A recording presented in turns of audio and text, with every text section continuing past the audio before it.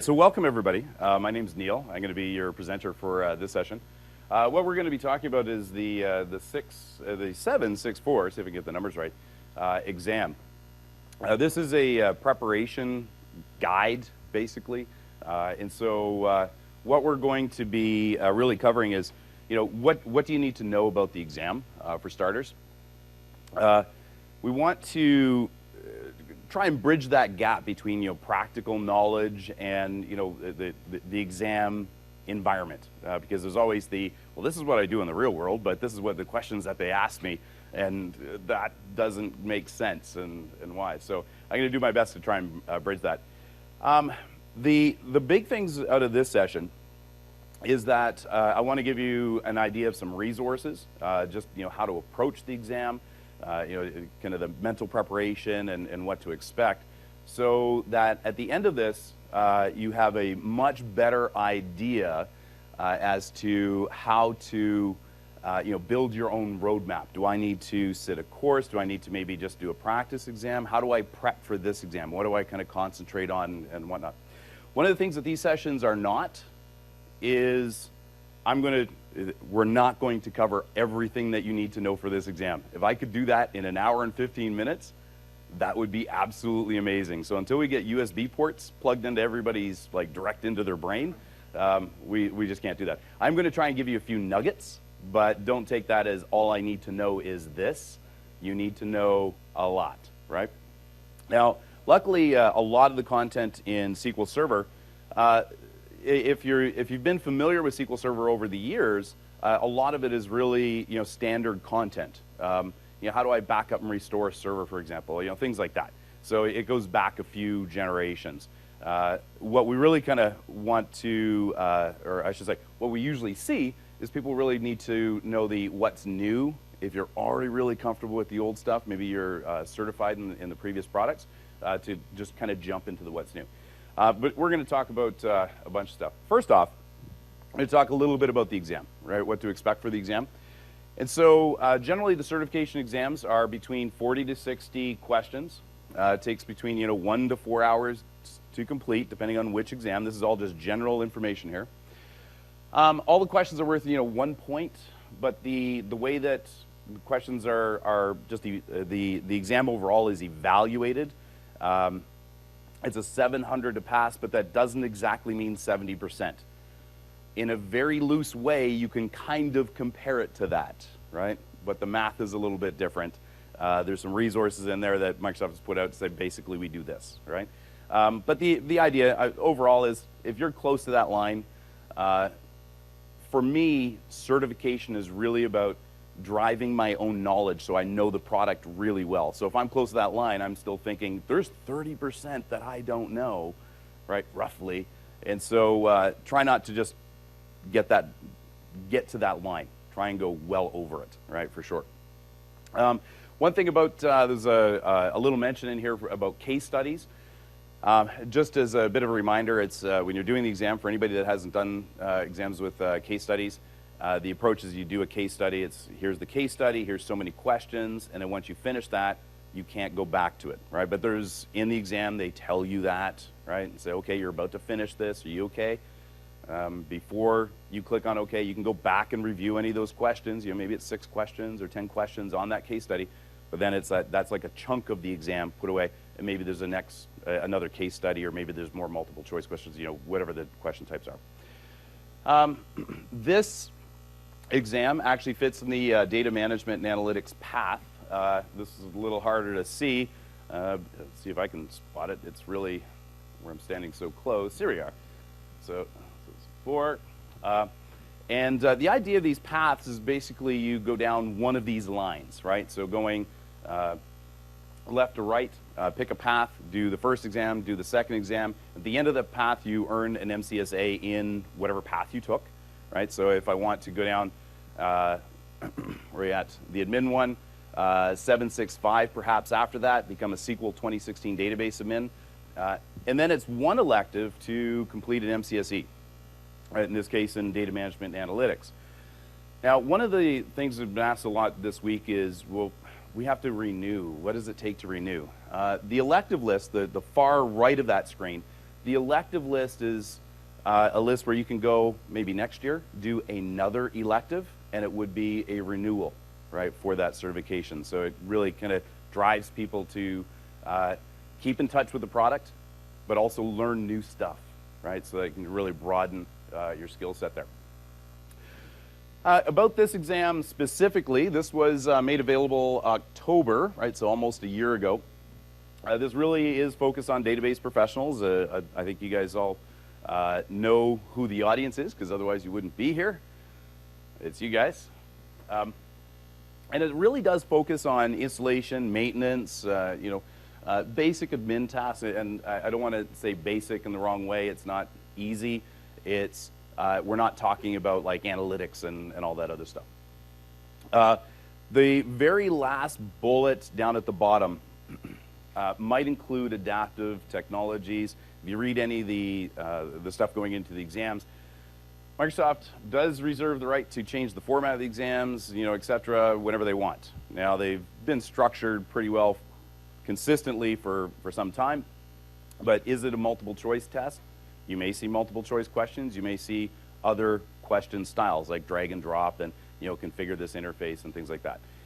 It really is something that Microsoft works really hard on to make the exam content to be very relevant, to really test skills rather than just memorization, right?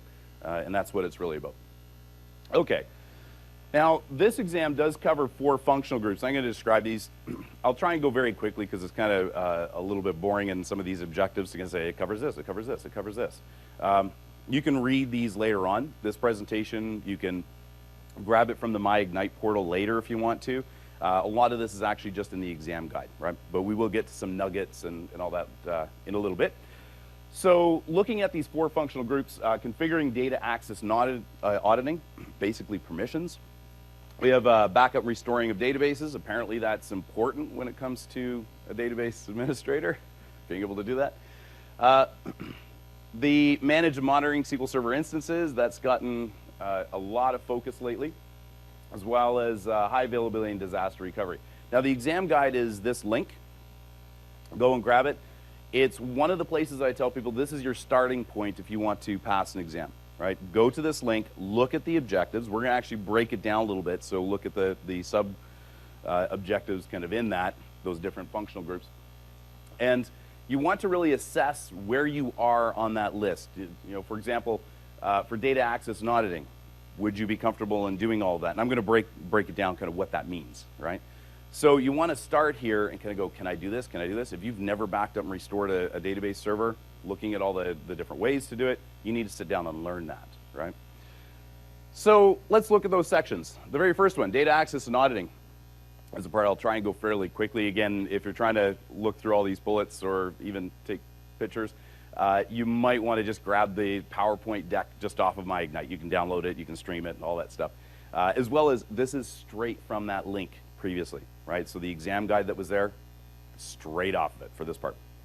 Now, the first part of this, configuring encryption, and I did forget something. Let me go back here. This section, this functional group is worth 20 to 25% of the exam. There's 4 functional groups. There's only one that's a little bit heavier than the other ones, right? They're all roughly this big. We'll see them as we go. So in this area, configuring encryption, everything about encryption, there's some new stuff in 2016. Those are always great topics to test on. So implement always encrypted. You think you're going to get a question on that? More than likely, it's new. So new, all shiny, big focus.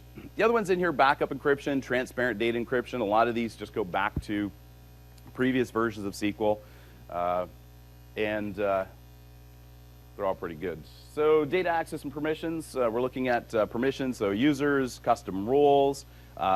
There's another couple in this one in 2016 that are brand new. So we get row level security, dynamic data masking, right, as well.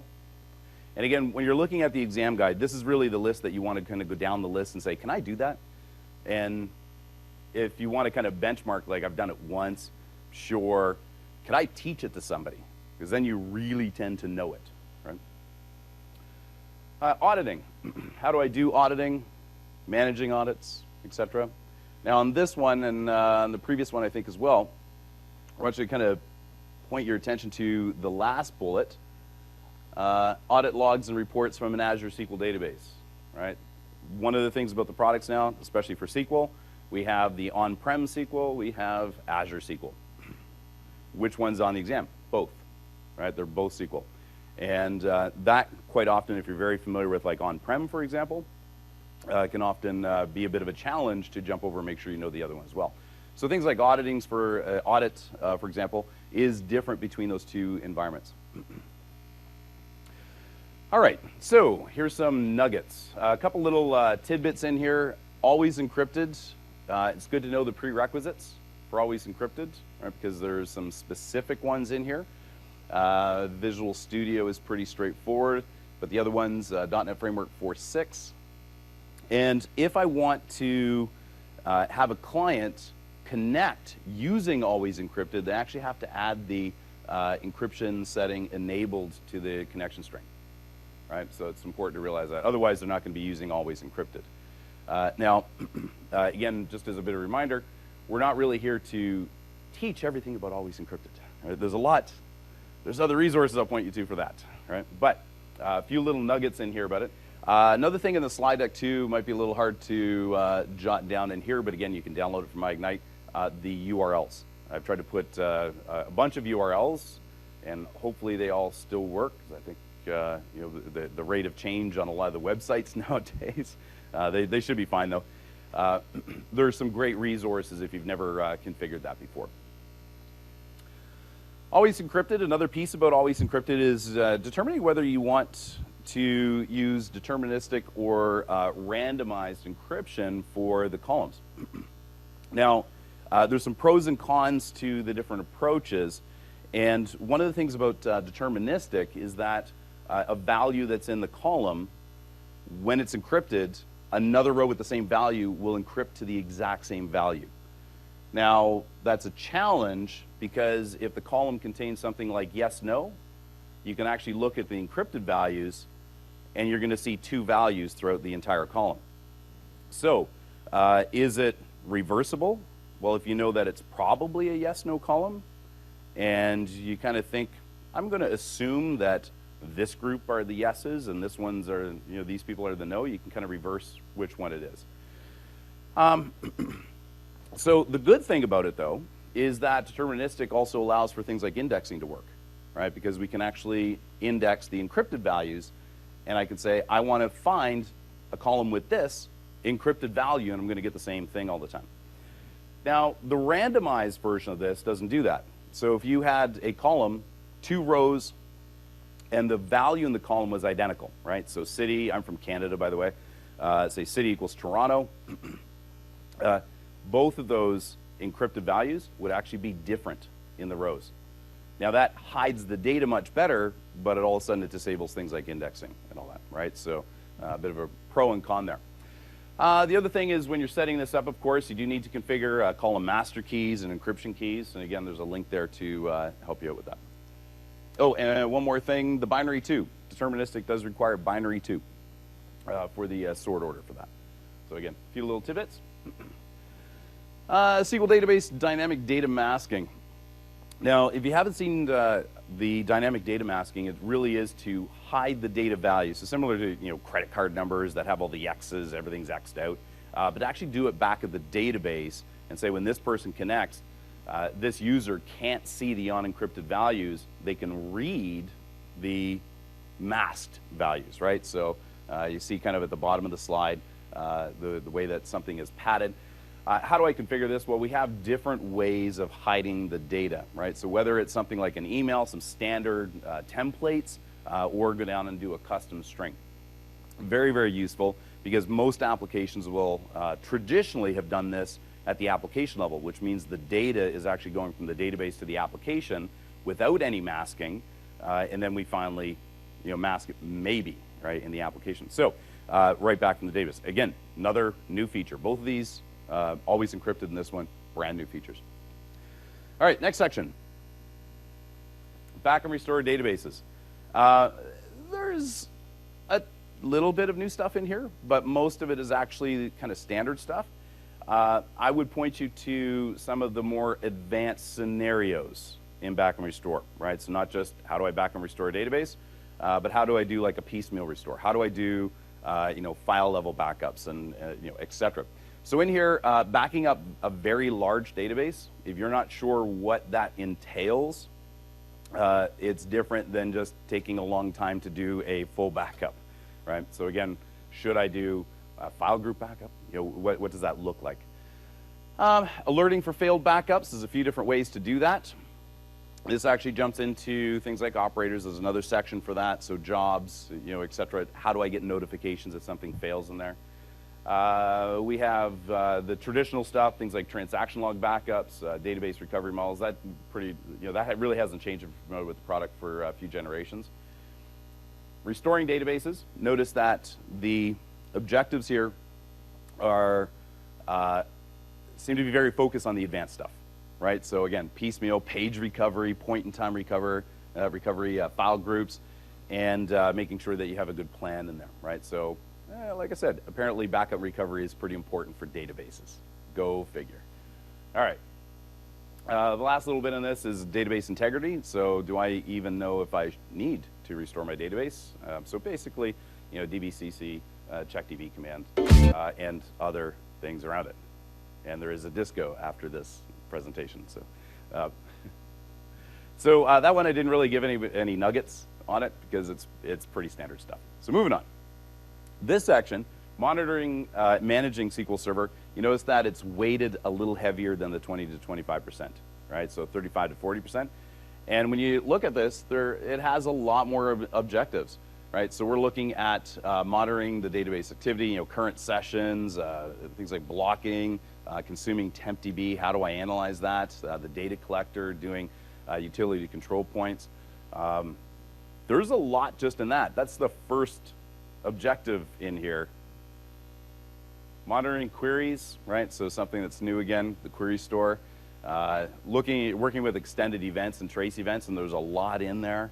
This is usually one of the areas that's much more challenging for a lot of people to really get through, right? And there's still more.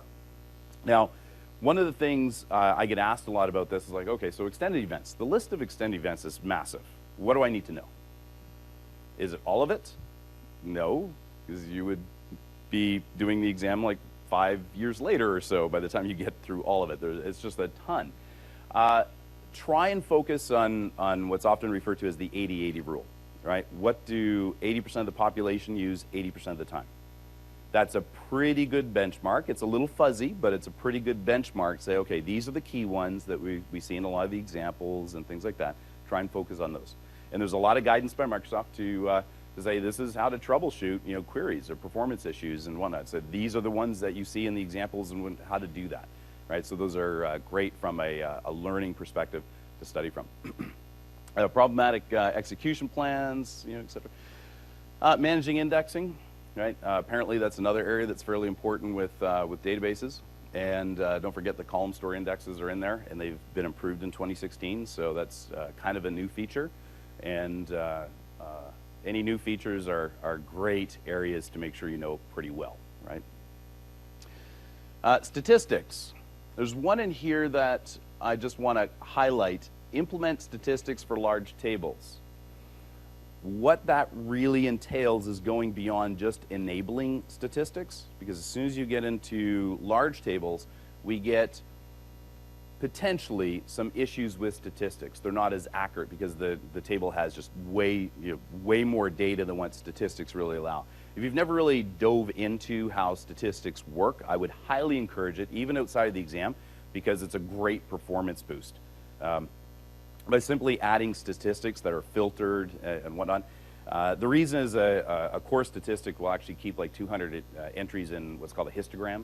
And for a really large table, the 200 entries are think individual statistics for gaps in that data, but the data is so large that it's not as accurate as we would like. So we can add more statistics that cover very specific areas in the database, like maybe data that's heavily used in a large table, right, and be very granular with statistics. So, so the large table stuff, absolutely go a little further into statistics, not just how do I auto-enable them and things like that, auto-update.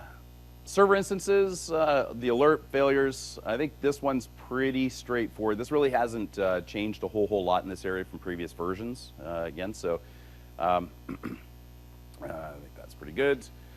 All right, so a couple nuggets in here. The first one in here is some of the database resource monitoring, and this one's focused on Azure SQL, right? So we have the amount of data that's really in these views, right? So the first one, DB resource stats. Actually, sorry, I skipped one. The master sys resource stats, based on a 5-minute analysis, like for the averages, and stored for approximately 35 days, right? So if you go and read from this, know how accurate the data is and how long it's being kept, because in Azure there's a bunch that it's not going to keep forever.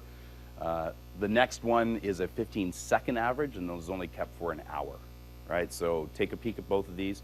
These are the common ways to start looking at some resource monitoring with respect to Azure. The other thing in Azure are things like alerts and all that, to go and configure alerts in the Azure portal, different than what we have in an on-prem SQL Server, right, for them. Again, great link at the bottom. Monitoring troubleshooting, so query tuning. With Azure, we have the query performance insight and automatic tuning, which got introduced. DMVs that are worthwhile to look at, and it's a pretty good list. There's more, and again, this isn't the definitive list, but these are definitely ones that you would probably want to know, right, for sure. Event auditing, pretty straightforward. Again, a link for that. So just a few little tips to grab. Extended events, there's a bunch. Which ones do you concentrate on? Like I said earlier, 80-80 rule is and what you see a lot of the examples being used. There's a couple tips that I give on this one, that the difference between which one you're using. You notice near the bottom, catalog views, replace server with database. Basically, they have a lot of overlap for the different events, whether you're looking at the server level or the database level. And if you're looking at catalog views, which don't start with DM, the server ones start with server, and the database ones start with database, right? Now, the DMVs do things a little bit differently. The server ones don't tend to have server in it at all. The database ones do, right? So if you just kind of keep track of which names are which, it'll help you identify, if somebody asks, you want to monitor this at the database level, which one you're talking, you can weed out some of the other ones, right? There's, I think we're pretty good for the other one, startup state, so check that out. Monitoring pools. Monitoring pools, this is when we have an elastic pool out in Azure. How do I do that? This is a kind of an example of one of the ways you can do that. And one of the things about this example is that this will actually pull the data for 5-minute granularity, right? So when it goes over and grabs the metric, it'll actually give you the data for every 5 minutes. You can scale it all the way down to 1 minute. Now, this got changed a while back. It used to be 5-minute granularity was the lowest you could go, right? And that was bumped down to 1 minute. So pretty worthwhile change in there, and you can keep that for 30 days for free. Anything past that, we got to start pumping it out to storage, right? Which is, blob storage is going to cost money, which is why it's not free at that point. In the portal, worthwhile to note that in the portal you can configure the graph to actually show up to 5 databases at a time. Beyond that, you'll have to pull it more dynamically with PowerShell or something like that. All right, the last one, I believe, right? I think we got 3. This is the 4th, high availability and disaster recovery. So again, 20 to 25%. Apparently high availability is the other real big area for databases. How do I configure always on and things like that? So the first one, log shipping. Yes, it still exists. There are people that still use it. I'm just going to leave that there, right? It's still there. All right, so the new stuff, though, the newer, always-on availability groups. A lot of focus by Microsoft on this, and one of the things in 2016 was a change to the licensing. So you can actually configure always-on in a standard edition, right, for SQL. So worthwhile to take note of what's changed in that, in the restrictions with it as well, right? So there's restrictions of how many nodes you can have, and always on in standard edition. It's really geared to replace mirroring finally. The rest of this, how to configure an availability group, manage it. So configuring, of course, what type of connection we're doing. Is it an asynchronous connection, a synchronous connection? Another new feature in 2016 is that we have the ability to load balance the read-only nodes, right, for that. So, how do I do that? What does it take? So all of that are worthwhile to look at. We also have failover cluster instances, right? That's still there. So how do I manage that? Shared disk, clustered share volumes. What's the configuration of that? Now, in this one, looking at some of those new features, I think I mentioned a couple of them already. So I mentioned the database mirroring being replaced with the standard edition ability. Load balancing of read intent connection request. Number of replicas. That has been increased for the support automatic failover has increased from 2 to 3, right, for that. Database level health detection. So this is another new feature in 2016 where if a database were to fail within an availability group, to fail over the availability group, right, to detect that. Previously, it was really like if the server failed, then it would move the availability group over. So database level failover actually does need this DB failover on when you're creating the availability group. It has to be configured to allow for the database level failover. Something else that's new is it now supports group managed accounts and DTC support, encrypted database support. That's just knowing, if there's an encrypted database, can I do this, right? So definitely know a bunch on availability groups. A few of the considerations on the Azure side of things. Things like geo-replication. This gets a little bit challenging because if we're using geo-replication, remember that the different disks that we can assign, let's say it's to a virtual machine, for example, that's still a virtual machine running SQL, is still SQL. We have Azure SQL as well. Managing the disks in a virtual machine, we don't really need to do that for Azure SQL, but we still get geo-replication and all that. If you're doing it in a virtual machine and you separate your database files away from your log files, basically have multiple disks, remember that they replicate on different patterns, right? There's different timings for that. They're not replicated together in that, which means you potentially can get a virtual machine out of sync, for all of its files. That one file is out of sync with the other ones, which is a big consideration there. The other thing in here too for if you separate like virtual machines in Azure and they're on separate networks, we actually have to add another bit to the connection string to do the multi-subnet failover equals true, right? To say no, they're on different subnets. And another little kind of gotcha in here is the DHCP service that comes built in with Azure Virtual Networks. It's not compliant, right? It's not RFC compliant. So in order to make it behave nicely, you need to add a private address to the cluster name, right? Make sure it's there, so that the cluster is always available via that IP. So link local IP address. All right. How are we doing for time? Oh, I actually went through that a lot quicker than I thought. So we might have some time to play with some questions, which that's what I'm planning on. All right, so at this point, that was kind of the exam. Hopefully there's a few nuggets in there, but like I said earlier, we're not trying to teach the product in an hour and 15 minutes. I spend a week with people, and it's one topic in SQL. It takes a lot longer to learn it. So if you're brand new to SQL, this did not give you all the knowledge to pass that exam. All right, at this point, though, I want to talk about a few other things. All right, so I mentioned trying to build that roadmap. So what kind of preparation resources do we have here at the show? It's Thursday. There's a big party tonight. So depending on how the party goes for you and you show up tomorrow, I'm not sure how many of these resources you'll get to use tomorrow, but they are here. Also just online, etc. Then I want to kind of get everybody's head into exam mode. What does it take to actually pass? Sit down and do that. And that's, personally, I find that's one of the areas that most people have the most difficulty. You can work through the technology, but getting it into the head and keeping it and getting into exam mode is actually one of the more difficult things that most people have. By the way, a little background about myself. So I've been an MCT for just shy of about 20 years. I've ballpark, I think I'm just shy of about 70 exams under my belt or so. I've helped out with exam preparation, like authoring and materials and other sides, and you name it, course development. So I've been around this for some time. So when it comes to actually, I'm going to say writing exams, I'm Canadian. Taking exams, did I say that properly? Yeah, I've done one or two, right? So some tips. All right, so preparation resources.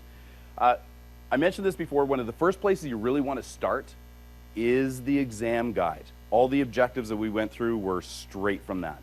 Go down that list. If there's an area that you barely know, you want to sit down and learn it. If you want to learn it, there is a course. That's the middle one, the 2764. Notice that the last three numbers line up. Microsoft Learning has been pretty good to say, here's the exam, here's the course, same numbers.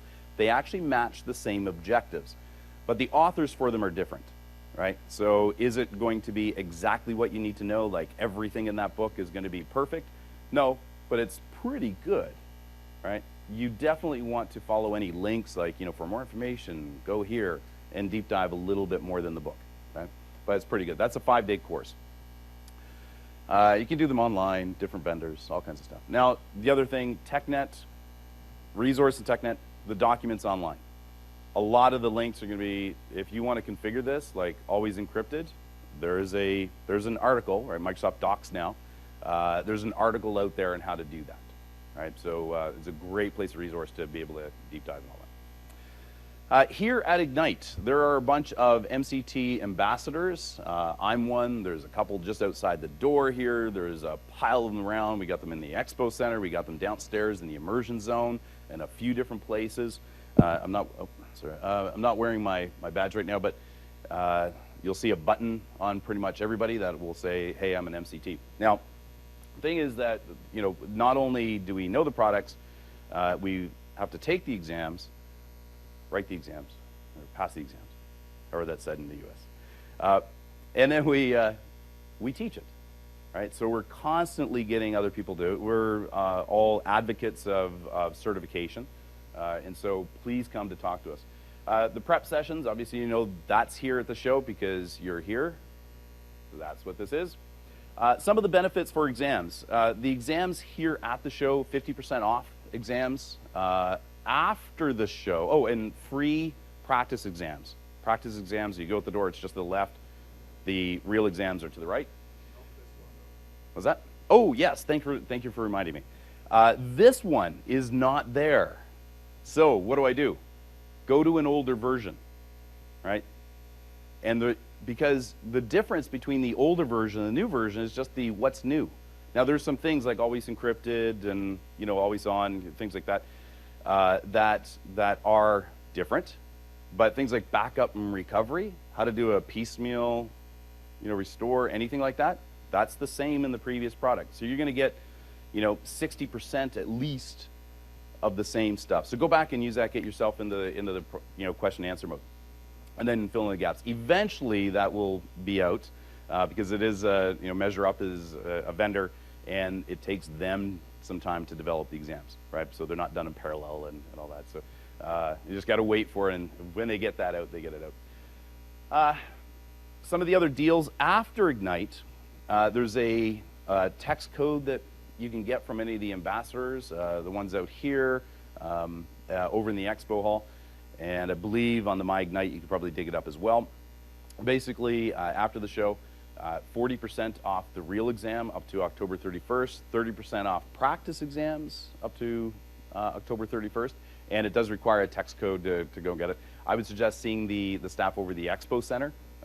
They're in the Azure area in the Expo Center, and they're hidden, they're facing the wall. So you're, yeah, so if you're there, walk around where you don't expect anybody to be, and they're right there. So they're a little hard to find, but there's any of the purple shirts will help you where that is and find out where it is. The text, I need the number, but I will tell you they have it right outside, the desk right outside. Yeah, and there's a few different labels depending which one you're looking for. but they have all of them right outside the desk. Yeah, so you can grab that.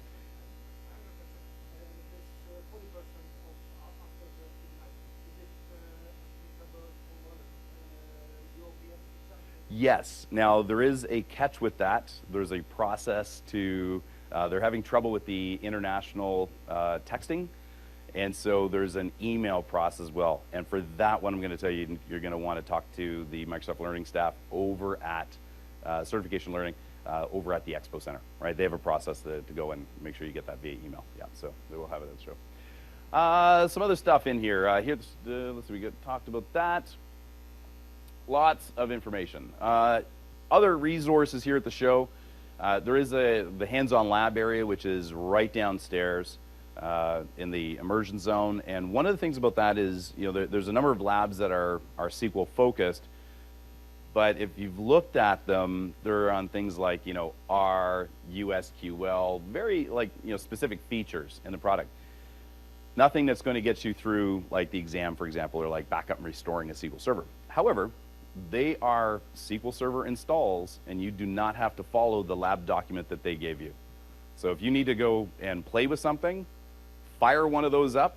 It gives you a virtual environment, possibly more than one, and you can sit and play with the servers and do what you need to do. Hopefully, it's just a matter of the configuration. You may not, if you're trying to do like 8 nodes on an always-on cluster, they don't have that many nodes, right, and whatnot. So anyway, so that's worthwhile. The other thing is the number of sessions on SQL Server. I think you guys know that. It's pretty easy to find that. So there's a lot of SQL content in here. Okay.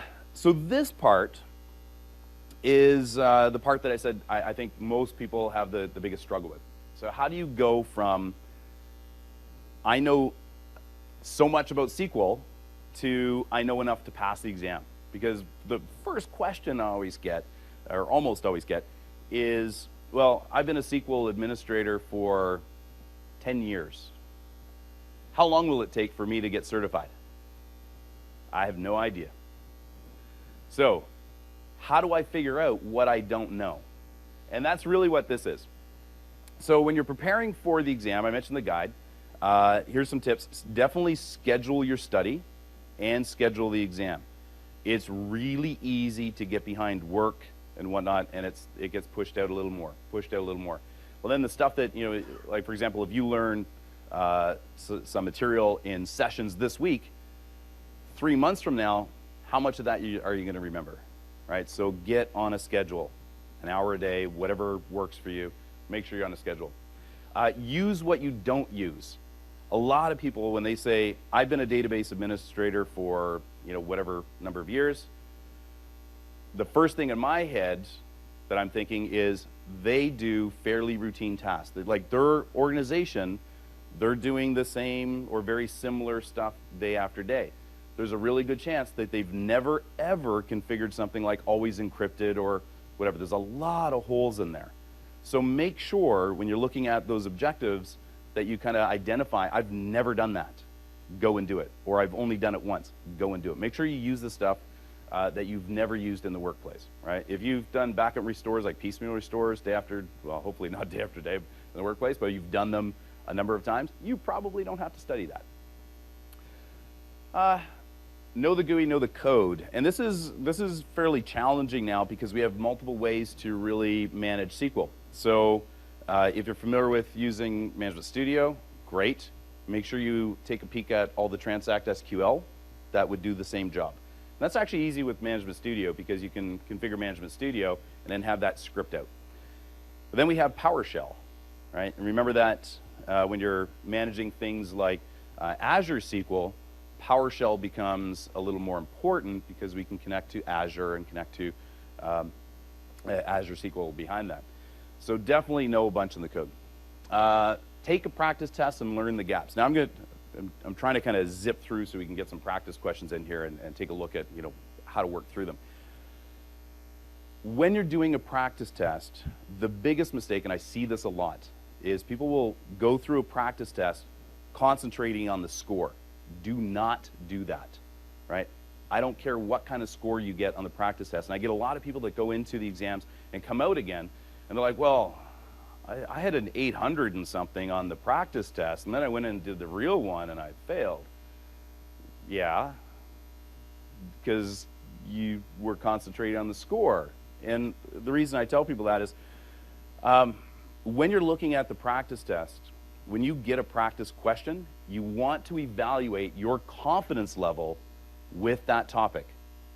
So when you see the question, before I even look at the answers, if I know the answer, I can explain why it's the answer, and then I actually look at the answers, I can say, yep, there's the answer that I thought it should be, and the other answers, I know exactly why they're all wrong. I don't have to study that topic at that point. I knew it before I even see the answers. Now on the flip side, I'll go way over to the other end of the spectrum. Practice question comes up. I don't have a clue what they're talking about. I pull out a pen and paper, or a notepad, and jot down this topic and then try and gauge how much time it's going to take to learn that topic. I'm not going to guess. I don't care to guess. Right? I need to learn it. I had no clue about it. The tough ones are the one that's somewhere in the middle. So when you open up that question, you look at it, it's like, I think the answer is this. And let's say, just throw a number at it. Your confidence level is, let's say 70%. I think it's this. I'm not sure what that other answer is. I know what that bad answer is. I know why that one's wrong. But there's two other ones. It's A or C. I'm not quite sure. I think it's this one. And a lot of people go, check the answer, and goes, I got it right. And then moving on. Stop, rewind. Okay. What didn't you know in there? Did you know why it was? Did the wrong answers, did you know why they're wrong? And you're going to take that pen and paper and jot down this topic, like this command I've never seen before, this DMV I've never seen before. It might be 5 minutes to look it up, right? Whatever it is. Take a quick peek and go, that's more complicated than I thought. That's an hour, right? What you want to develop from the practice test is a study guide. That's it. And if you do that, run away, do the study, and come back, do another practice test. And you're going to find some more material. Do the third one. I'll pretty much guarantee that you'll walk into the real exam and pass it, no problem at all. Oh, the last one, sleep. A bit of a side note. I've done so many exams that I've actually fallen asleep during one. They get really boring after so long. Luckily, I woke up and finished it. A few other things with the exam. Relax, right? We've all been trained to really avoid failing, right? Everything that you've been taught in your life has been failure is very bad because, if it was school or college, whatever, it was repeating like a year. And you came home with a test and your parents, if you had parents like mine, I didn't see the light of day for 2 weeks if I failed something miserably. And so it's just, it's bad, bad, bad. You know what happens if you fail this one? You get to schedule it again. That's it. Nobody beats you with a stick or anything like that. So just relax. And it's a really hard thing to do. Myself, I've done it a lot of times. I've done a lot of exams, and still kind of going. It's like I don't want to fail. Really, it's so what, right? Go do it. Try it. When you're looking at the actual questions, look for the differences between choices. And this is really a focus thing. As you're looking at the question, go, okay, between the answers, what's different? What are they asking and what's different between them? Just you want to get through the question, focus on that very quickly. Keep it simple. This is another common mistake. A number of times when people are going through the exams, they'll look at the question and kind of go, well, this is what they're asking, but I know in the real world, we would do it this way because we usually have this other product that's in there or, this sort of structure. Did the question say they have that structure? No, don't add it. Don't add to the question. Everything's in the question, right? So don't make it more complicated than what it is. Just keep it simple and look for those details, right? When you're looking through the question, did they say this?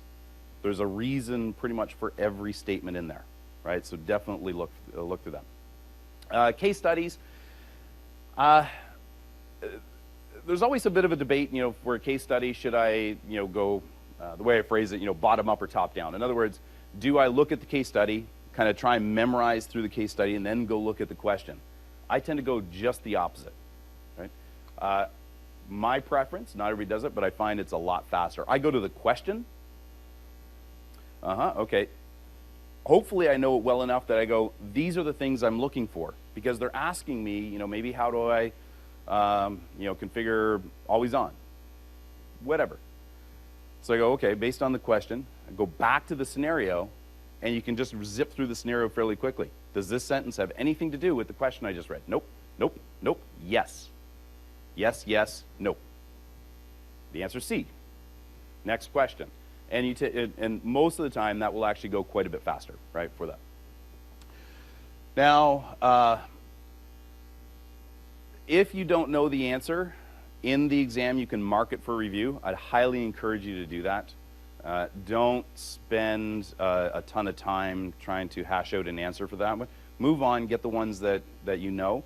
You're not going to know every answer for it, right? It's rare to do it.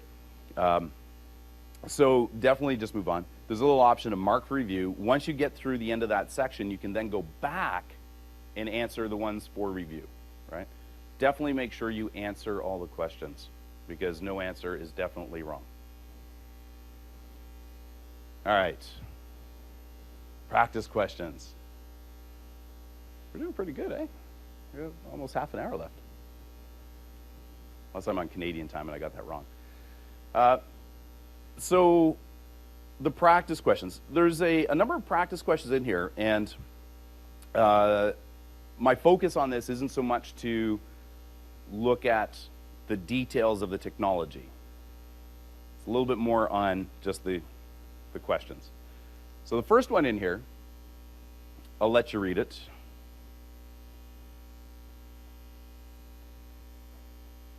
This part usually takes a little longer. So.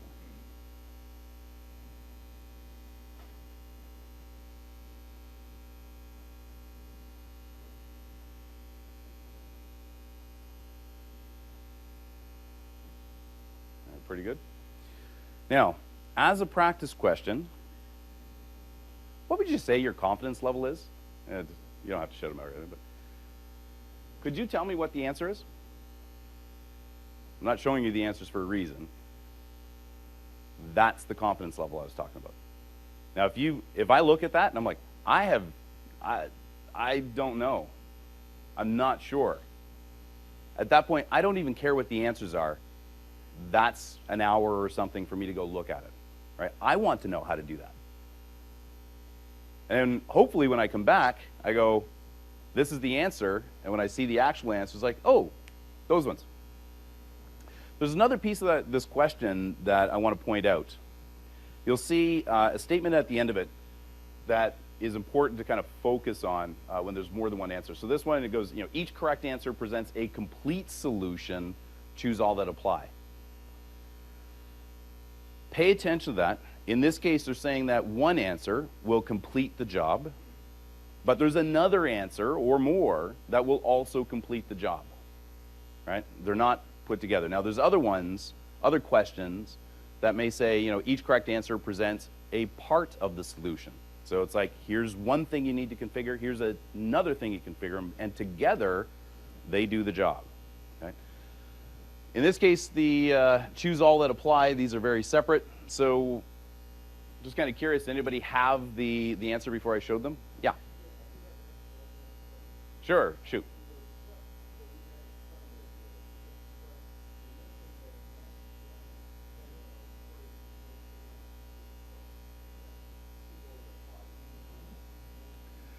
Yeah, it's a really good, and just for the recording, just to reiterate the question. So the last part, the choose all that apply, is that going to change in the future? And the focus is definitely on being a little more precise with that, because choose all that apply can be a little bit difficult. And so the vast majority of questions, depending which exam we're talking about, will tend to say, choose 2 or choose 3, whatever the number is for that. So you're absolutely right for that. So B, any others? And C. There you go, right? And C. Now, if I felt I knew it pretty well, and like I said, it's really common in this one, I say, well, I definitely know it's B, and then I do the practice, like, oh, I got it wrong, and I looked at it, it's like, oh, okay. I kind of just learned it. I probably don't have to go read the TechNet page or anything for it. But yeah, definitely use this as a study guide. The next one, which of the following must you do before you enable? This one you notice it's choose 3. Now there's a reason I picked this question. How many answers are there? It's 4. They want 3. This is now, which one does not belong? There you go.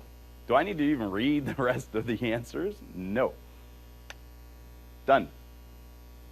Right? And it just helps you to get through the exam a lot faster.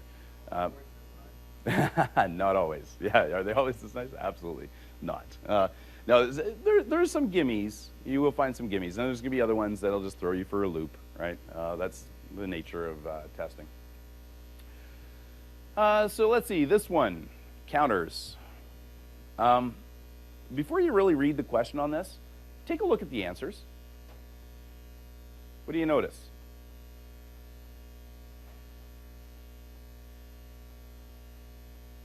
Just quick glance, like the 2-second glance. What's the first thing that kind of jumps out to you?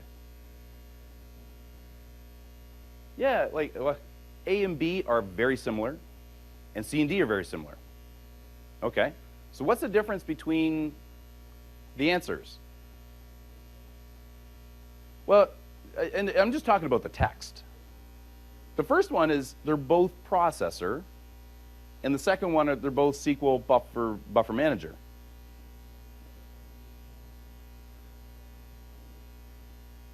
So I have to make a decision. Is it processor or buffer manager? And once I make that decision, then I can make the next decision. Let's say I say, I don't know, which one? Buffer manager, buffer manager or processor?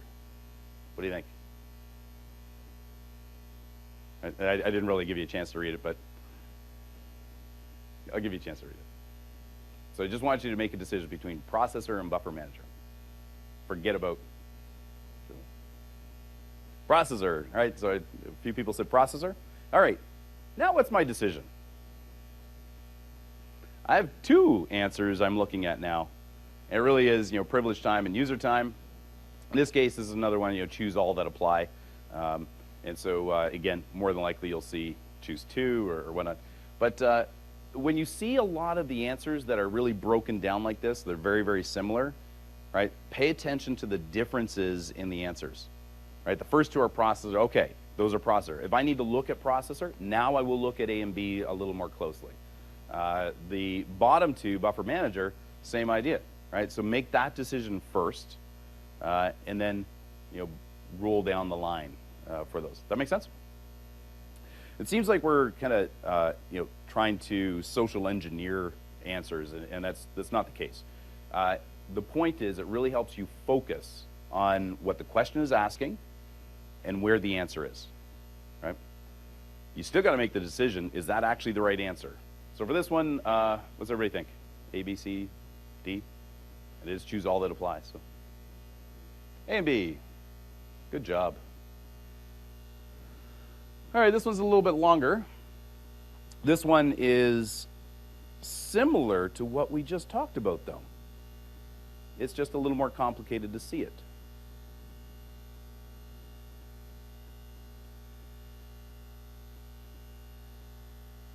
So if I were to categorize A and B and C and D, the first 2, A and B, are talking about the primary replica. The second 2 are talking about the secondary replica. And then after that, in A and B, since they're both primary, the second part of those answers are whether it's synchronous or asynchronous. And same idea for C and D. At this point, I'll let you read through the question.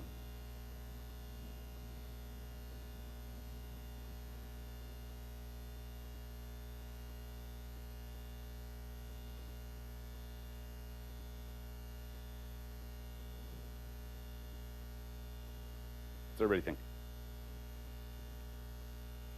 B and D? Good job. I don't know why.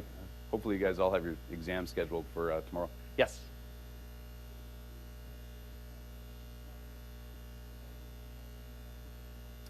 Not necessarily.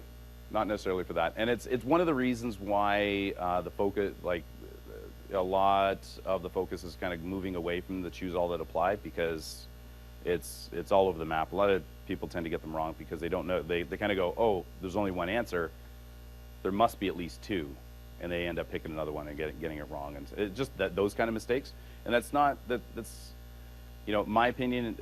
It's and this is fairly shared. That's not really fair to the candidate, because it's no longer about the skills. It's more about the interpretation of the language, right? And so that's one of the reasons why this is kind of going away. So it's rare now to ever see them. But depending on which exam we're talking about, this one's a newer exam, so take that as you will. But yeah, choose two, choose three. That's the more common approach for these. But yeah, choose all that apply. It could be one answer. All right, a couple more in here. Permissions. Give you a second to read that.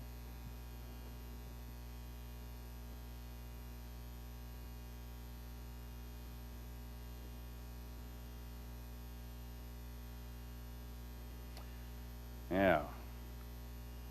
My question is, why do you think I put this one on here? Was that? Yeah. Sure. Some of these are just straight up memorization, right? So especially when it comes to security, when you look at like built-in roles, you just have to know which ones do which, right? And so that's always, those are always good areas to sit down and kind of study. This license has, these abilities. This one does not. These security roles have, these server roles have this. These database roles have these permissions already included in it. Yes or no? Because they're pretty much straight up. Here's a user. I want to give them these permissions. What does that take? Can I put them in this rule, or do I grant them, any of these? Like in this case, what's the answer? Or B? Any others? Yeah, it should be A. So, but this really is kind of a straight up memorization thing, right? This one's kind of borderline for it, but yeah, definitely there's going to be some areas in there like that. All right, what else we got? Another one. This one I just threw in because I could. Right.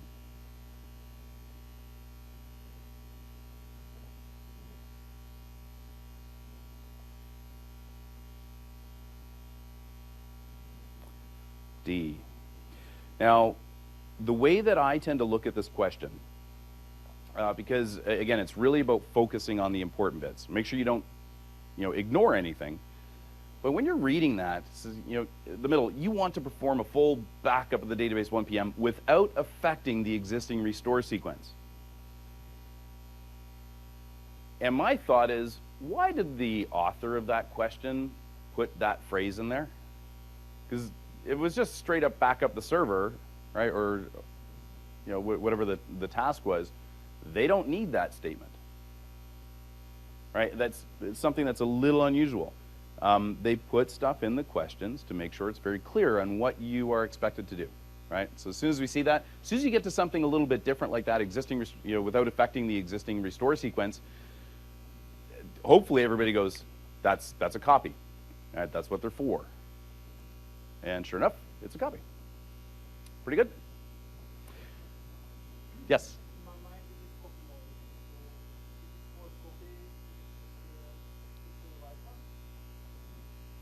Oh, yeah. I'm going to answer, yeah, so the question, again, just for the recording, so the actual statement, like the type of backup is copy only. So is this how accurate is this where it just says copy database? So two things. One is the real exam tends to be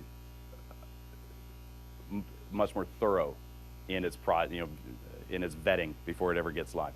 And so they tend to be very accurate. A lot of the practice tests can be a little bit looser. They strive to be perfect, but it is a practice test. And so if you see something like that, definitely, it's copy only, but where this is a little bit off, the best choice is still D, right? So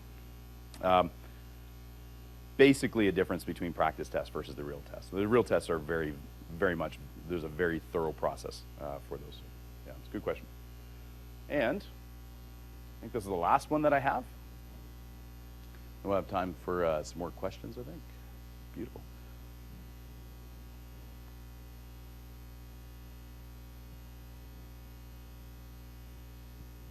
Let's give you a minute to read that.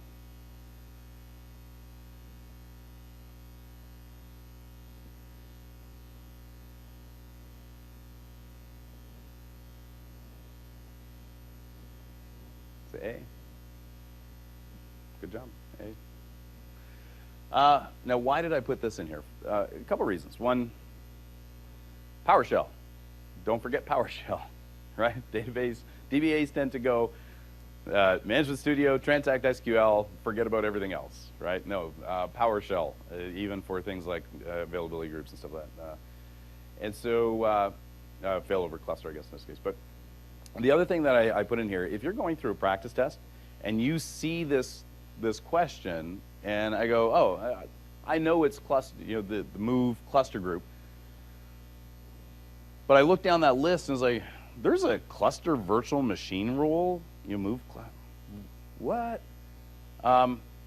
That is something I put on my to-do list, right? Look up that command. I've never seen it before. I just want to know what it does, because in the practice test, A might be the right answer. In the real test, the question may actually be worded in a way that D is the right answer. So when you're going through this, if you don't know anything in the, like if there's something in the answers that you don't recognize, that goes on your to-do list, right? A lot of people that make that mistake because they go through the practice test is like, oh, I got that one right, I got that one right. I did it 5 times and I got it. I know exactly what that command does.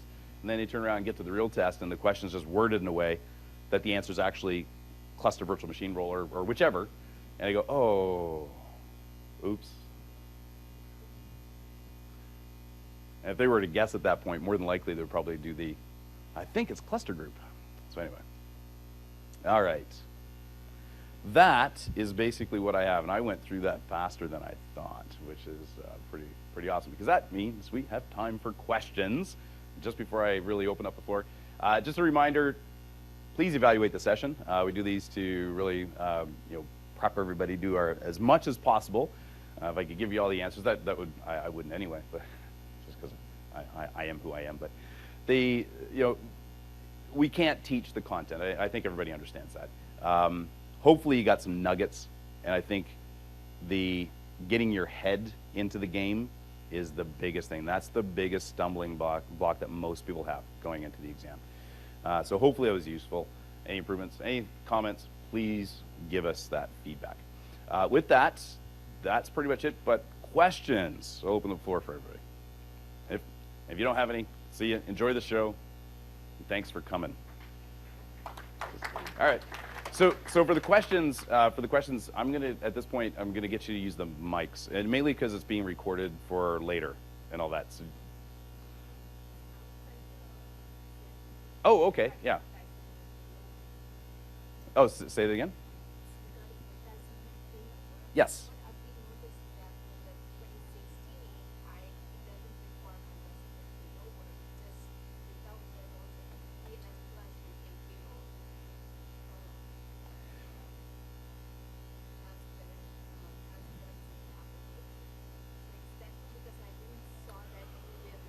Oh, yeah. So this is when you have the cluster. So the question being, for the multi-subnet failover equals true.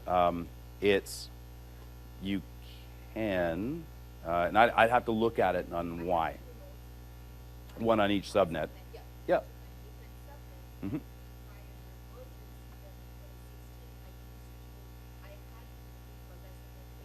Yeah.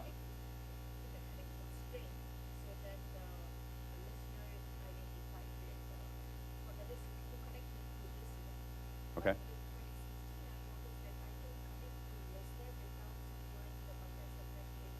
Yep.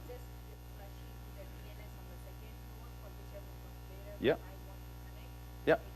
So if I've got it, the problem with that is the delay on it.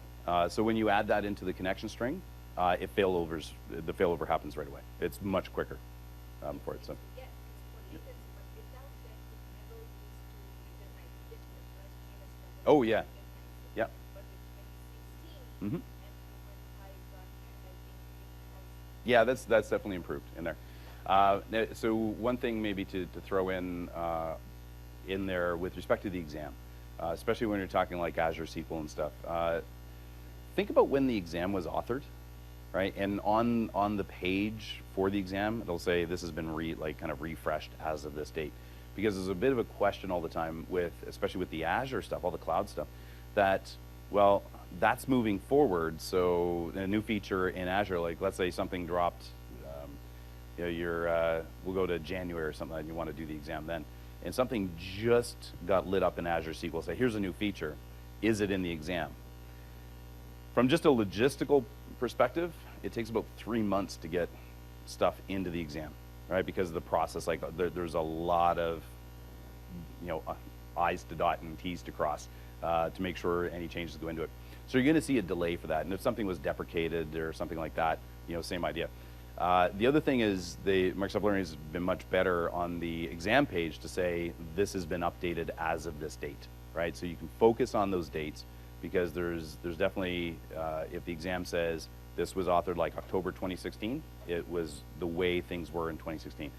I totally understand the challenge on that, because if you're learning it now, it's, well, how were things back then, right, for that? So exam, the practice test, any of the other materials like books and all that definitely help. But it's a tough problem to solve, because the Azure stuff keeps moving forward, and there's something very wrong with the question. We do try and take it out as quickly as possible. You know, so there's a process kind of there, but it's not instantaneous or anything, or you know, there's a delay. So yeah, yeah, absolutely. What's up?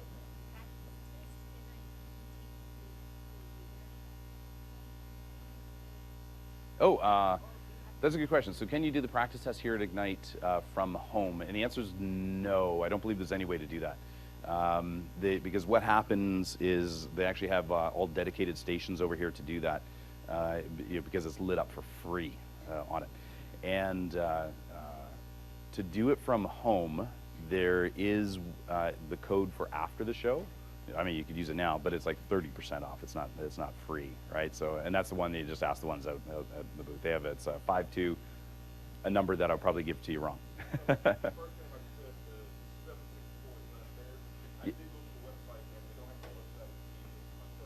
Yeah. So practice questions, yeah. So practice questions for 764. The exam guide doesn't have anything on there. It's basically just the guide. The practice questions aren't available yet. My recommendation is go back and actually look for the exams for 2014, right? So look at, and yeah, and yeah, 462, 463, 462, I believe. When you go back to those ones now, the catch is you want to also kind of compare that with what's new, because there's some questions that will come up and say, like, for example, some of the new features in Always On.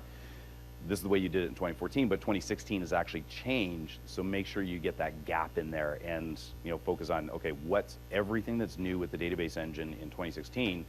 So some of those practice questions may actually be invalid, but a lot of them are going to be good, right? Especially like back and recover, all the stuff that hasn't changed. That's all still part of the exam, right? So hopefully that helps. And eventually the practice test will be available. So no idea. That's going to come from Measure Up specifically. So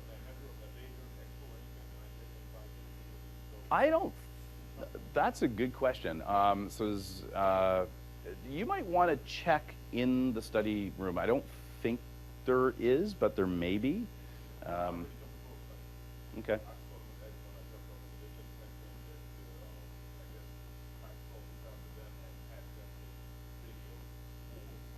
Yeah. Yeah, and the challenge for all those like study materials and whatnot is really just to get the materials developed, right? Because anybody that actually authors the exam is not allowed to do any of the other stuff. Like there's a bunch of, making sure everybody stays honest, right? For that.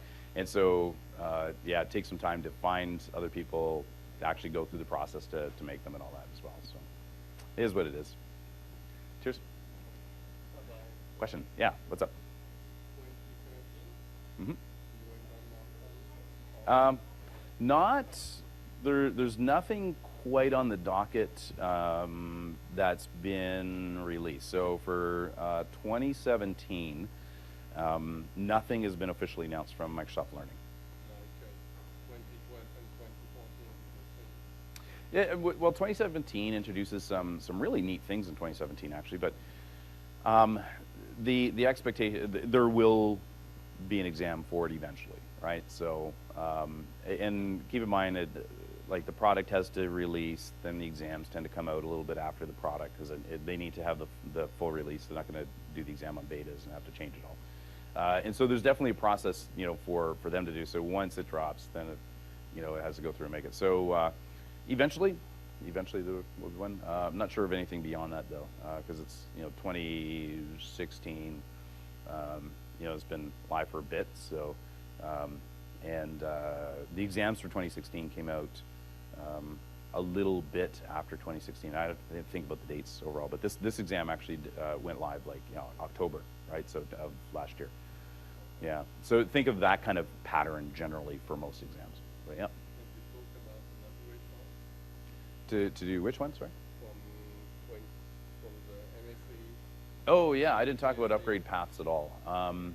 So the upgrade paths, they're getting fewer and far between, and I'd have to think about an upgrade path on this one. I don't believe there is, but don't quote me on that. So, and the reason, actually, I'll go all the way back here. I'll go way back. And the reason is basically this: that because upgrade paths and all that were really difficult, and so if I go way, way back here, Yeah, because of faster. the function. There it is. That one right there. So yeah, so on this one, one of the things is about the renewal is to do new exams. So like the right-hand side here, like if we turn around and did the 2012 track, 2012, 2014 is this very top track, right? And then I'm like, well, I want to upgrade to 2016 or 2017. You can go back and do one of the exams on the right-hand side, including the one that we just talked about. Oh, it's not quite on there. You do like any of these other ones that are you know, 2016 based, for example, a little more focused, and you end up upgrading your MCSE or whatever to the one. Now, a lot of the times, a lot of the middle, so in the track that we're looking at, this one, 764 and 765, they aren't over here, right? But some of the other ones are. Let's find one that is matched. So it's like 775, for example, is also an elective. So what a lot of people tend to do is, you know, do their upgrades, and it's really just like 2 exams for most of these. And then you want to do an upgrade, so you end up doing like 775 at the bottom, for example. You end up with that, and then you do 776, and you get a different MCSA, right, for it. So the whole upgrade and keeping current process has really changed fairly recently, and I think that's really the focus, to try and sort of simplify what you're getting an MCSA in for that. And so, yeah, beyond that though, there's, yeah, no specific upgrade exam, right? So, right. Anytime. Good luck. Thank you. Bye-bye. Do you have a question? Yeah. Yeah.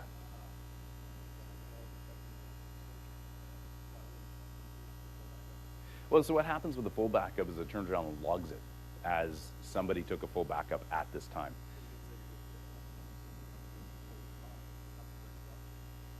Oh, it won't break the log chain. The problem is, okay, so like if you did, let's say, a full backup every night at midnight or whatever, right?